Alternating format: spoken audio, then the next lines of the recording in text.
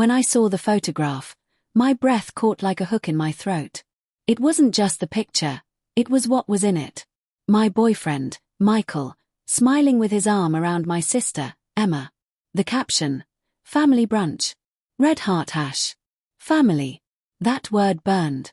The picture was 3 weeks old, taken on a Sunday when I thought Emma was too busy with work and Michael was helping his mom move. They were in matching shirts. I remember because I bought his, the deep green one that brought out his eyes. I stared at the screen until the image blurred. My phone slipped from my hand, hitting the floor with a dull thud. The room felt too quiet, like the air itself had turned to glass. Emma always had everything. The best schools, the trips abroad, the new cars every birthday.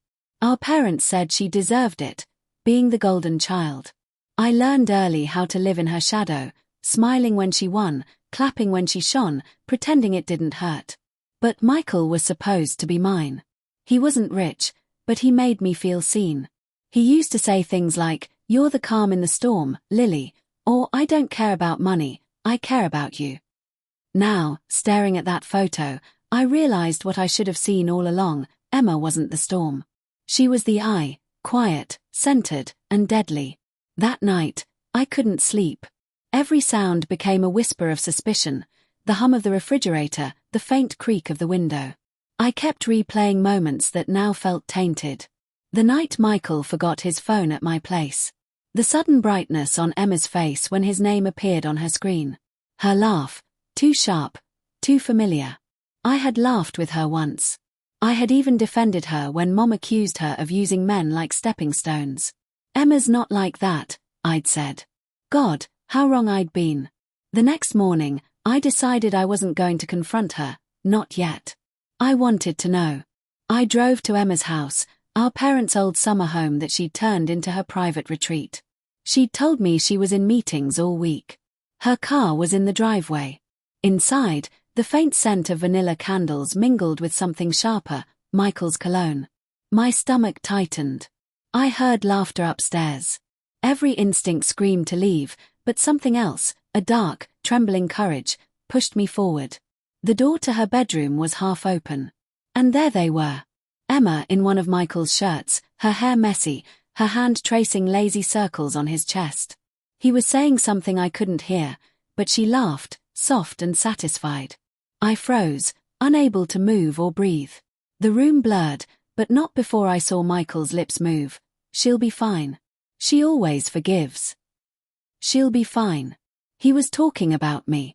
I left before they saw me. Driving home, the road swayed beneath the headlights. My fingers were shaking, my throat dry, my mind spinning between disbelief and a cold, sharp clarity. I couldn't cry, not yet. There was too much noise inside me. That evening, I sat on the edge of my bed, scrolling through old photos of us three, Emma, Michael, and me. I noticed it then, the subtle closeness. The glances I once dismissed as coincidence. Had it always been there? When did the betrayal start? I thought of all the nights Michael said he was working late, and Emma's text saying, "You should trust him more, Lil." The audacity of her giving me advice. Days passed in slow, deliberate silence. I didn't tell anyone. I needed time to think, to feel. I oscillated between fury and numbness, love and disgust. Then, one night, I received a message from Emma. "Hey, can you come over tomorrow? Need to talk. It's important." My pulse quickened.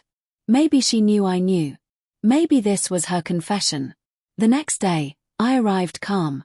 Too calm. The kind of calm that comes before a storm breaks.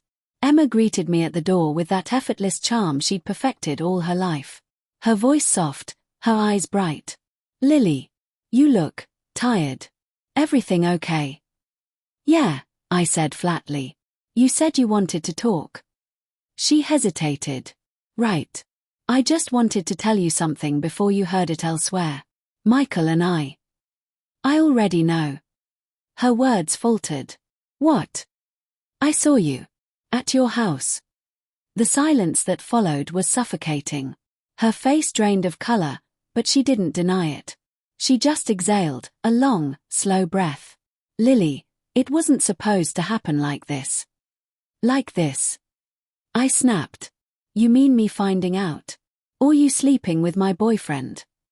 Tears welled in her eyes, but I saw no guilt, only fear of exposure. He loves me, she whispered. We didn't plan it, but... I laughed. A sound so bitter it startled even me. Of course he does.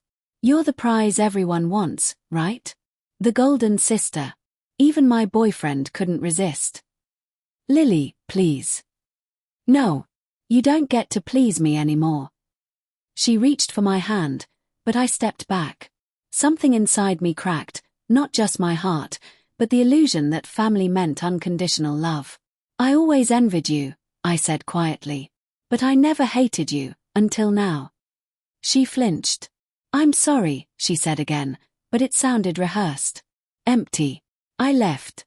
2 weeks later, I found out Emma and Michael were engaged. The announcement was everywhere. Instagram posts, family group chats, photos of diamond rings and smiling faces. I didn't show up to the engagement dinner. But I did send a gift, a framed photograph of the three of us from last year. On the back, I wrote one sentence. Every perfect picture hides a fracture. Months passed. I moved away, started over. But sometimes, when the night is quiet and the past creeps in, I still see that photo, the brunch one, the beginning of the end. I've stopped wondering why they did it. Betrayal rarely makes sense when you're the one bleeding. What I do know is this: love doesn't destroy people, trust does. And once it's gone, no apology, no ring, no golden sister can ever bring it back.